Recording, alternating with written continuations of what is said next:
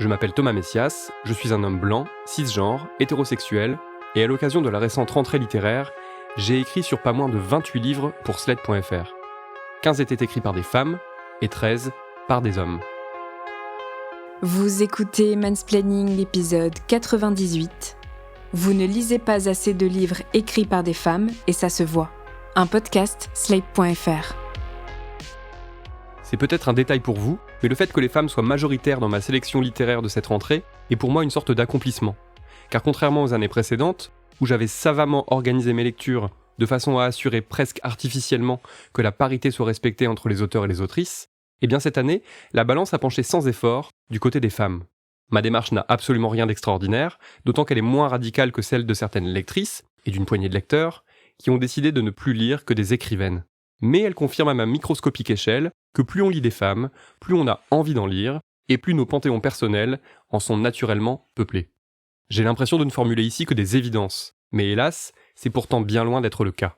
Et ça n'est d'ailleurs pas un hasard si Alice Zeniter consacre tout un pan de son dernier essai, paru le 31 août, à la question du genre des artistes que nous lisons. Son livre s'appelle Toute une moitié du monde, et tout comme son essai précédent, Je suis une fille sans histoire, c'est un ouvrage à la fois très intelligent et tout à fait jubilatoire. Elle y évoque tour à tour la place des autrices, les postures des auteurs, ou encore la façon dont les personnages féminins sont généralement représentés. On pourrait se dire que ces sujets ne sont pas neufs, qu'on commence peut-être à en avoir fait un peu le tour, mais au contraire, quand on lit Zeniter, on réalise que nous ne sommes qu'au début de cette grande réflexion sur la représentation, le male et le female gaze, et tout ce qui s'ensuit. Alice Zeniter dresse plusieurs constats. L'un d'eux part d'une expérience réalisée par l'essayiste Laure Murat pour son ouvrage intitulé « Relire ». Demandant à 200 personnes estampillées grands lecteurs et grandes lectrices de dresser la liste des livres qu'il leur arrive de relire, Murat obtient 125 noms d'écrivains et d'écrivaines, dont 93% sont des hommes. Et sur les 9 noms de femmes, aucune autrice vivante. Comme si, en plus d'être inférieures aux auteurs masculins, ou moins mémorables qu'eux, les autrices n'étaient en plus susceptibles d'avoir de la valeur qu'une fois mortes. Ce qui est passionnant, c'est qu'en parallèle de la réflexion systémique, Alice Zeniter se livre à une analyse de sa propre carrière et des conséquences qu'aurait pu avoir une telle invisibilisation des autrices vivantes sur son parcours d'écrivaine. Aurait-elle persisté dans cette voie ? Aurait-elle cédé à quelques facilités afin de rentrer dans le moule ? Les interrogations sont nombreuses. Car c'est un fait. Malgré quelques avancées dont on a tendance à se gargariser pour oublier que tout le reste stagne, les autrices peinent aujourd'hui encore à exister et à durer. Bien écrire ne suffit pas. Il faut en plus être présentable et fraîche. On a intérêt à être jolie, affirme Marie Dariussec, citée par Alice Zeniter. En fait, les autrices sont traitées comme les actrices. Après 40 ans, elles sont reléguées au second plan, voire complètement oubliées, comme si le monde pouvait se passer de leur présence et de leur regard. Alors bien sûr, il y a des exceptions, comme Amélie Nothomb ou Catherine Pancol, mais le propre des systèmes, c'est qu'une poignée de contre-exemples ne suffit pas à les faire vaciller. Les autrices sont peu célébrées. Depuis 1903, rappelle Alice Zeniter, le Goncourt n'a récompensé que 10% de femmes. C'est parfois mieux ailleurs, mais ça reste insuffisant, avec quasiment 37% d'autrices récompensées par le Fémina et par le Goncourt des lycéens et des lycéennes. Et qu'on n'aille pas penser que c'est forcément beaucoup mieux aujourd'hui, que le sexisme du milieu littéraire appartient au passé.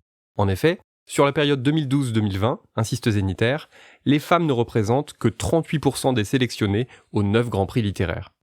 Pour résumer, la littérature produite par des femmes est encore considérée comme un loisir de gonzesses à destination des gonzesses, tandis que celle qui vient des hommes est éminemment plus profonde, plus viscérale, plus couillue aussi. Écoutez d'ailleurs ce qu'Alice Zeniter en disait le 8 septembre dans le Book Club de France Culture. Vous citez cette formule de Nabokov qui en dit assez long, où il dit « les écrivaines femmes, en gros, ne boxent pas dans la même catégorie que nous ». Le terme de boxer est judicieusement choisi parce qu'une des raisons pour lesquelles les autrices sont desservies dans cette répartition de la reconnaissance et de l'admiration de leur talent, c'est le fait que vient avec l'idée du génie littéraire toute une parade virile qui transforme l'écriture en exploit et l'écrivain en voyageur maudit, possiblement alcoolique, détaché de toute contingence domestique, évidemment. Donc c'est des figures comme Hemingway, c'est des figures comme Faulkner, comme Kerouac, comme toutes ces figures voilà qui ont l'air d'être des monstres de génie arrachés au commun de la vie quotidienne. C'est très très dur pour les femmes de répliquer en fait tous ces codes-là, parce que les femmes elles sont prises dans d'autres injonctions. Dans Toute une moitié du monde, elle évoque aussi le fait que la figure de l'écrivain homme est très souvent associée à celle de l'aventurier viril, le lonesome writer qui vit sans attache, se fout bien des codes, et a parfois tendance à boire et à fumer, plus que la moyenne. De la part d'une autrice, on trouverait ça volontiers repoussant, mais chez les hommes, c'est un archétype qui fonctionne à plein tube. Et dès lors, les écrivaines n'ont plus beaucoup de choix si elles veulent exister un minimum. Donc, soit elles refusent les injonctions qui tiennent à leur féminité pour s'approcher de la parade virile et elles deviennent un petit peu monstrueuses, très très inquiétantes et gênantes. Soit elles refusent la parade virile en elles-mêmes et elles proposent d'autres codes. Mais là, on a un peu tendance à penser qu'elles font du point de croix, de la harpe ou des petits travaux charmants, mais qu'elles sont pas des créatrices de langage, des inventeuses de formes. Elles font des livres de femmes qui seront probablement lus par des femmes et discuter dans des clubs de lecture pour femmes, mais ça n'est pas là qu'est la brûlure de l'art. Quand j'étais étudiant, j'ai lu l'intégrale de Charles Bukowski et j'ai adoré ça. Bukowski, c'est toujours un peu le même livre, l'errance d'un type sale, alcoolique mais génial, qui se rit de la société et dont les écrits finissent toujours par arriver sur la table d'un éditeur ou d'une éditrice surexcité. Un mec dont le génie suffit, en somme. On en trouve une belle illustration dans Barfly, film datant de 1987, dans lequel le héros bukowskien est joué par un Mickey Rourke qui, à l'époque, avait encore sa gueule d'ange. Alors que de vous à moi, Bukowski n'était pas très beau. Je sais pas, moi je suis qu'un poivre, buveur de bière, catcheur et péteur. Oh, douille. T'as beaucoup de choses à prendre dans ta piole? 2-3 frusques, un transistor, et pas besoin d'un camion pour ça. Alors, allons-y. Mais d'abord, je vais quand même me faire une beauté. En France, Alice Zeniter cite l'exemple de Sylvain Tesson, écrivain aventurier dont on pourrait admirer le style et même le mode de vie s'il ne se vautrait pas dans ce que l'autrice appelle le combo gagnant. Sport, franche camaraderie, alcool et cigarettes. On est très loin de Bukowski, mais l'idée est pourtant la même. Le grand écrivain est un homme, un vrai, avec toute sa panoplie de valeurs liées à la virilité. Rappelons qu'en 2014, Sylvain Tesson a frôlé la mort. Ivre, il a tenté d'escalader le chalet haut-savoyard de l'un de ses amis, l'écrivain Jean-Christophe Ruffin, et il a chuté d'une dizaine de mètres en tombant du toit. Cet accident dont il est sorti vivant mais avec des séquelles fait désormais partie de sa légende. À aucun moment on a entendu dire que sa chute était le fruit de sa stupidité ou le résultat d'une démonstration de virilité ayant mal tourné. D'ailleurs, écoutez Ruffin parler de Tesson, de son accident et de son rapport à la vie. C'était sur France 2, en 2016, donc 2 ans après l'accident. Personne n'était tout à fait surpris parce que ça faisait un moment qu'on se disait il va se casser la gueule, il fait des conneries. Bon, ça, c'est la vie. Mais il s'en est sorti et tant mieux. Il y a des choses qui ont changé, mais par exemple, l'idée de se mettre en danger le séduit toujours autant. C'est-à-dire que c'est quelqu'un qui, si vous voulez, méprise le fait de préserver sa vie. Voilà. Tenir à sa vie, pour lui, c'est pas une qualité, c'est un défaut. C'est une sorte de vulnérabilité. Et au fond, tout ce qu'il aime, c'est le courage, c'est les exemples du courage. Quand il avait écrit Bérésina, les grognards, etc., qui meurent de froid, c'est ça sa fascination. Comment on sent quand on part en montagne avec lui ? Inquiet qu'il fasse pas trop de... Voilà. Si vous voulez, je suis plus raisonnable que lui. J'aime bien cadrer un peu plus les choses. Et lui, au fond, il adore quand ça tourne un peu mal, quoi. Voilà. On exige des autrices qu'elles soient proprettes et photogéniques, mais aussi qu'elles soient des travailleuses exemplaires. Contrairement à un Emmanuel Carrère qui, cité par Zeniter dans son livre, se vante d'avoir torché la moustache en 3 semaines correction comprise, et raconte à peu près la même chose de la biographie qu'elle a écrite de l'auteur Philippe K. Dick. C'est un sujet que j'ai déjà évoqué dans l'épisode sur Christo et Jeanne-Claude, et en prenant appui sur l'excellent film qu'est The Wife, avec Glenn Close en femme de prix Nobel. Dans l'imaginaire collectif, génie est un nom masculin. De fait, l'homme qui écrit a tous les droits. Il peut créer dans le chaos, si cela lui semble nécessaire. C'est d'ailleurs l'un des 1000 sous-textes de Shining, l'inépuisable film de Stanley Kubrick. Sombrant peu à peu dans la folie, le héros joué par Jack Nicholson a aussi tendance à s'y complaire. Il aime plonger dans ses propres ténèbres. Il aime faire peur à sa femme Wendy et à leur fils Danny. T'as beaucoup écrit aujourd'hui ? Oui. Oh, je t'en prie, Jacques. Sois pas si grognon. Je ne suis pas le moins du monde grognon. Je veux seulement finir ce que je fais. Ok, je te comprends. Je reviendrai plus tard pour t'apporter des sandwichs. Peut-être je pourrais lire un passage. Wendy, je vais t'expliquer quelque chose. Toutes les fois que tu entres ici, tu m'interromps, tu perturbes ma concentration, tu me fais perdre le fil et il me faudra du temps pour reprendre là où j'en étais. Tu saisis ? Oui. Bien. Il y a bien longtemps que les écrivains ont ce que Virginia Woolf appelle une chambre à soi, ou un lieu à soi, selon les traductions. Mais c'est désormais loin de leur suffire. Il leur faut plus que ça. Ils veulent du bruit, de la fureur, quelque chose censé leur permettre de se dépasser et donner corps à leur propre légende. Ce phénomène a été récemment pointé du doigt dans Les Papillons Noirs, série française actuellement diffusée sur arte.tv. Nicolas Duvauchel y incarne un auteur de polar qui se met à écrire les mémoires d'un homme en fin de vie, dont le parcours fut jonché de cadavres. Et ce n'est qu'en pulvérisant son couple, en quittant le domicile conjugal et en se vautrant dans les pires travers, que l'écrivain parviendra à accoucher de sa nouvelle œuvre et à rencontrer le succès. Les Papillons Noirs est loin de ne parler que d'écriture, mais il contribue néanmoins à alimenter la figure de l'écrivain maudit et torturé. Je vais me prendre une piole. J'ai besoin d'être seul pour bosser.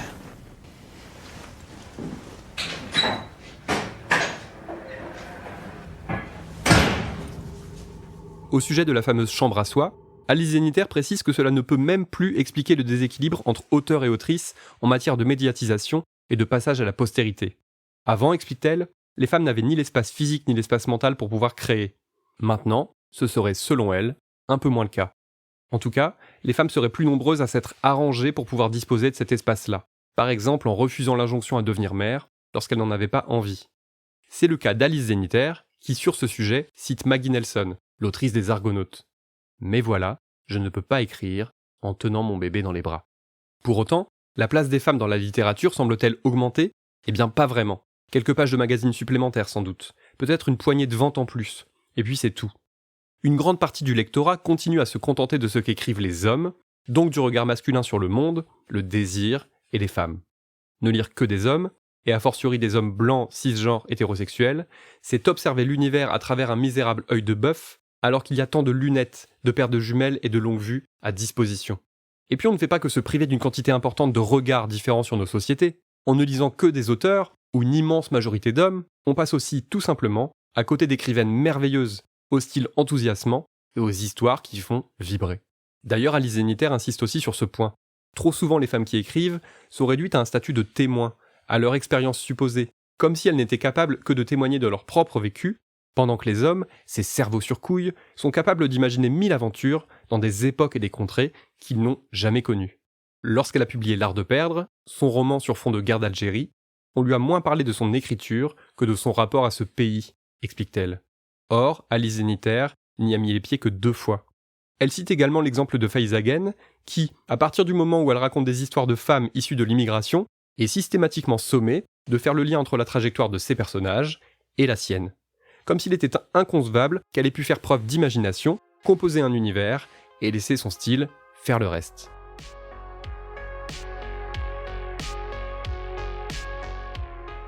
Le livre d'Alice Zeniter ne fait que 240 pages, mais sa richesse est si grande qu'il faudrait bien 5 épisodes de podcast pour en reprendre, même sommairement, toutes les grandes idées. Par exemple, elle y déploie également toute une réflexion autour de l'identification, d'abord celle à laquelle tant d'auteurs hommes se refusent. Par exemple, James Ellroy, auteur du Dahlia Noir, de LA Confidential et de tant d'autres livres. Là-dessus, Zeniter cite Tristan Garcia, écrivain qui raconte comment sa lecture admirative de l'œuvre d'Ellroy a fini par être entachée, ou plutôt modifiée, par une prise de conscience progressive. Voilà ce qu'écrit Garcia, cité par Zeniter, à propos de James Ellroy. Je n'arrivais plus à lire sans penser. Mais pourquoi, bon sang, est-ce qu'à un moment, pendant 50 pages, il ne peut pas devenir noir ? Pourquoi est-ce que pendant 50 pages, il ne devient pas cette femme désignée essentiellement par ses fesses, ses seins, sa chevelure ondoyante et sa bouche qui semble appeler un acte sexuel ? Ellroy écrit de chez les hommes blancs hétéros pour les hommes blancs hétéros. Le reste, ce n'est pas son monde. Il s'en fout copieusement. Et nous sommes parfaitement libres, si nous le souhaitons, de commencer nous-mêmes à nous foutre copieusement des livres de James Ellroy. Tu veux un autographe ? Écris à la MGM. Et depuis quand les caves et les putes donnent des autographes ? C'est à moi que tu parles ? Ça va, police. Assieds-toi. Et vous croyez que ça vous donne tous les droits ? Casse-toi, chérie, avant que je t'arrête aussi, d'accord ? Je crois que vous faites une erreur monumentale. Je ne vous ai pas invité à ma table. Ta gueule ! Une catin déguisée en Lana Turner reste une catin. Ce n'est qu'un sosie de Lana Turner. C'est Lana Turner. Quoi ? Oui, c'est Lana Turner. La réflexion menée par Zeniter porte aussi sur les lecteurs et les lectrices qui ne sont pas du tout à égalité devant le processus d'identification au personnage. Les raisons à cela sont aussi quantitatives que qualitatives. Pour 1000 personnages masculins fouillés, développés, analysés au-delà de leur simple enveloppe corporelle, combien de personnages féminins connaissent un traitement similaire? Si vous pensez tout savoir sur ces sujets, je peux vous assurer que toute une moitié du monde vous apprendra 1000 trucs et vous poussera, comme ce fut mon cas, à avoir envie d'affiner votre jugement. Par exemple, j'ai été pas mal secoué par la façon dont Alice Zeniter parle d'identification et d'empathie, en expliquant sur la base d'études très sérieuses que c'est plus compliqué que ce qu'on croit, et que non, on n'est jamais totalement les personnages qu'on lit. J'ai profondément aimé toute une moitié du monde, non seulement parce que ce livre est écrit avec une exigence qui n'empêche pas la pédagogie, et vice-versa, mais aussi parce qu'il refuse brillamment le manichéisme.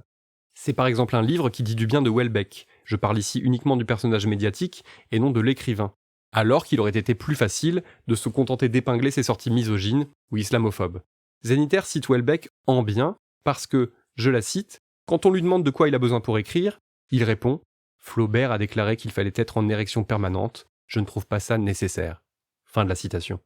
Eh bien vous savez quoi? C'est rare, mais je suis d'accord avec Houellebecq, donc avec Zeniter. Surtout que si vous voulez mon avis, ça doit être sacrément douloureux.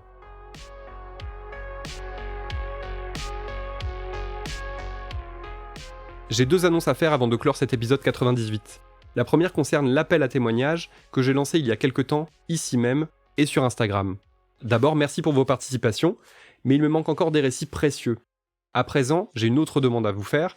J'aimerais maintenant que, qui que vous soyez, vous me racontiez au format audio ce que Mansplaining vous a apporté, ou a pu apporter à des gens autour de vous. Le but n'est pas de verser dans la célébration un peu gaga du podcast, mais simplement de dresser un bilan. Parce qu'il vous arrive de me raconter ça par écrit, que ça me procure toujours beaucoup d'émotions, et que j'ai vraiment très envie de partager ça très bientôt avec le reste de l'auditoire. Bref, envoyez-moi sans tarder vos témoignages à mansplaining@slate.fr, ça serait super génial. Merci d'avance. Deuxième annonce, de la part des journalistes Mathilde Saliou et Ingrid Bergot. Elles réalisent actuellement une vaste enquête sur le phénomène des publications d'images à caractère sexuel en ligne. Dans ce cadre, elles cherchent à entrer en relation avec des personnes qui auraient reçu des nudes et les auraient montrées à d'autres gens, que ce soit IRL ou sur des forums, par exemple. Elles ont créé un formulaire en ligne, que je mettrai en bio du compte Instagram, de façon à pouvoir les contacter facilement. Vous pouvez aussi les contacter à l'adresse enquête-diffusion, tout au singulier, @outlook.com.